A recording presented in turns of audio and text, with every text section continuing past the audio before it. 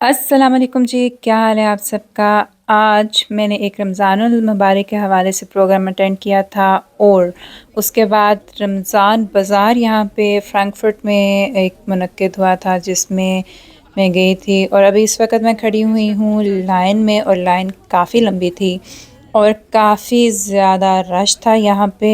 काफ़ी लोग आए हुए थे। मैं लेके गई थी यहाँ पे साथ अपने आफिया को और जाविर को।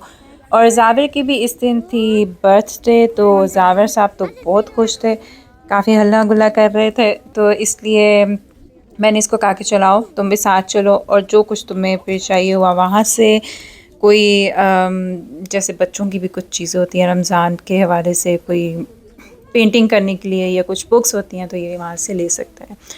तो ये जो बाज़ार मुनक्किद हुआ था ये था जी तारिक बिन ज़ियाद मॉस्क में, जो कि फ्रैंकफर्ट में है। और अवेलेबल था ये जी हर तरह के लोगों के लिए, हर टाइप के, या फिर मुस्लिम नॉन मुस्लिम्स सारे यहाँ पे लोग आ रहे थे। और अच्छी बात थी क्योंकि इस तरीके से थोड़ा सा लोगों को भी पता लगता है कि रमज़ान के हवाले से लोग कैसे तैयारियां करते हैं। जैसे यहाँ पे क्रिसमस वगैरह की काफ़ी तैयारियां होती हैं क्रिसमस शुरू होने से पहले, या ईस्टर की।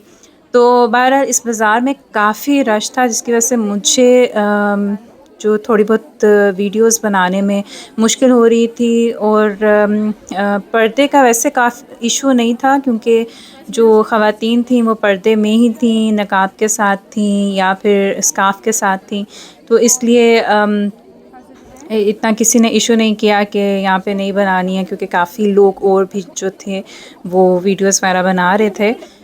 तो बहरहाल यहाँ की सबसे अच्छी जो मुझे चीज़ लगी थी कि जो जिनको आर्ट में इंटरेस्ट है, जिनके हाथ में हुनर है या जिनको शौक़ है कुछ चीज़ें बनाने का, जैसे कि आप यहाँ पे देख सकते हैं कि इसमें छोटी-छोटी जो चीज़ें हैं जो रमज़ान के या ईद के हवाले से डिस्प्ले की जा सकती हैं, वो यहाँ पे लोगों ने अपने छोटे-छोटे स्टॉल लगाए हुए थे। उसी लिहाज से छोटे बड़े जो लोग हैं उनके कपड़े, अबाया वग़ैरह वो यहाँ पे रखे हुए थे। और इस तरीके से जो ईद के हवाले से जो गिफ्ट पैकिंग वगैरह होती है या फिर टेबल डेकोरेशन होती है, जिस सब बर्थडे वगैरह की डेकोरेशन करते हैं, तो काफ़ी इस तरह के स्टॉल्स जो थे वो वहाँ पे लगे हुए थे। ये क्रिएटिव और इस तरीके के जो बैग्स थे, अच्छा इस तरह के बैग्स मेरी भांजी भी बनाती है, लेकिन वो बेचारी पाकिस्तान में है, उसके शायद बिकते नहीं है इतने।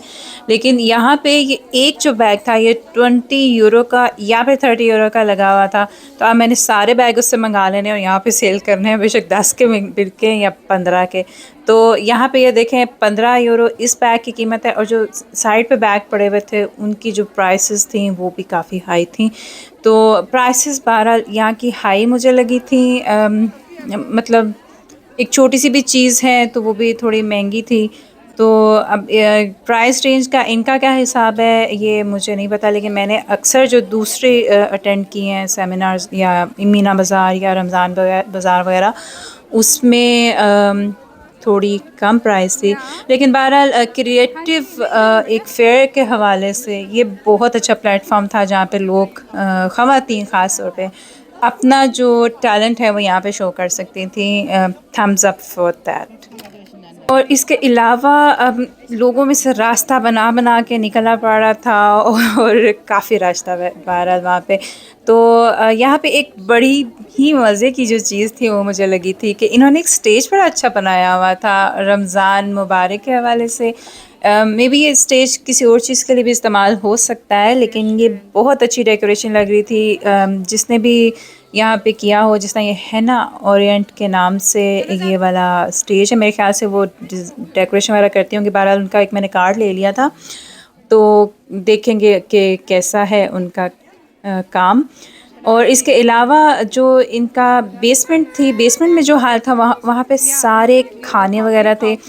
मैं इनके खाने से बहुत ज़्यादा मुतारिफ़ तो नहीं हूँ, लेकिन ज़्यादातर जो इनकी चीज़ें थीं वो स्वीट डिशेस थीं, और इस तरीके से इन्होंने कुछ डिब्बे बना के रखे हुए थे। और उसके अलावा जो खुला कुछ होता है कि आपने अगर एक उठाना हो। सबसे अच्छा मुझे स्टॉल ये वाला लगा था कि इसमें खजूरें वगैरह थीं जिनकी कोटिंग करके इन्होंने वो रखी हुई थी, और इस तरह से डिस्प्ले भी किया था। इनका मेरे ख्याल से इंस्टाग्राम का चैनल है, पेज है। और इसके अलावा यहाँ पे मेहंदी वगैरह भी लग रही थी। 1-2 स्टॉल थे मेरे ख़्याल से मेहंदी के, और इसके साथ ही उन्होंने डिस्प्ले किया हुआ था आप किस तरह का डिज़ाइन बनवाना चाहते हो। तो नीचे भी तकरीबन आर्ट की ही चीज़ें थीं और खाने की चीज़ें थीं। तो भूख हमें तो इतनी ज़्यादा लगी नहीं थी, और कुछ समझ भी नहीं थी, और कुछ वैसे भी कुछ टाइपिंग का भी मसला है, तो इसलिए भी इनकी काफ़ी ज़्यादा मीठी-मीठी चीज़ें थी जो बस हमने देखी हैं, एंजॉय किया है, और डिस्प्ले इनका काफ़ी खूबसूरत था। पर ज़ावियर को मैंने यहाँ से लेके दिए थे डोनट्स, जो कि काफ़ी अच्छे चॉकलेट डोनट थे, वो मज़े के लग रहे थे। और उसके बाद हमने यहाँ से कुछ कोल्ड ड्रिंक ली थी, और उसके बाद हम यहाँ से बाहर आ गए थे, क्योंकि अंदर लोगों की वजह से काफ़ी रश था, काफ़ी गर्मी थी। और यहाँ से बाहर निकलने के बाद हम चले थे जी घर की तरफ। अच्छा, मेरा जो गला है ना वो अभी तक ठीक नहीं हुआ, अभी तक ख़राश है गले में, थोड़ा-सा जैसे ख़राश है, ख़राब है गला। तो बहरहाल हम आ गए थे घर, और घर आकर भी मेरी कोई जो मसरूफ़ियत थी वो कम नहीं हुई थी। मतलब घर आते साथ ही ज़ाविर के जो कुछ फ्रेंड्स थे उन्होंने आना था, और उसकी तैयारी करनी थी, उनके लिए कुछ चीज़ें वगैरह जो हैं वो टेबल पे रखनी थी, कुछ बनाना थे। तो मैंने ज़ाविर की फ़रमाइश पे वैसे आज इसको रैप्स बना के दिए थे, क्योंकि इसने फ़रमाइश की थी कि मामा मुझे रैप बहुत पसंद है, तो मेरे लिए आपने रैप्स बनाने हैं। इसके अलावा इस तरीके से मैंने बच्चों के लिए थोड़ा-सा टेबल जो है वो डेकोरेट कर दिया था। इनके लिए पॉपकॉर्न मैंने घर में ही बनाए थे, और कपकेक्स जैसे कि मैंने आपको पिछली अपनी वीडियो में दिखाया था कि मैंने इनके लिए पहले ही बना कर रख लिए थे।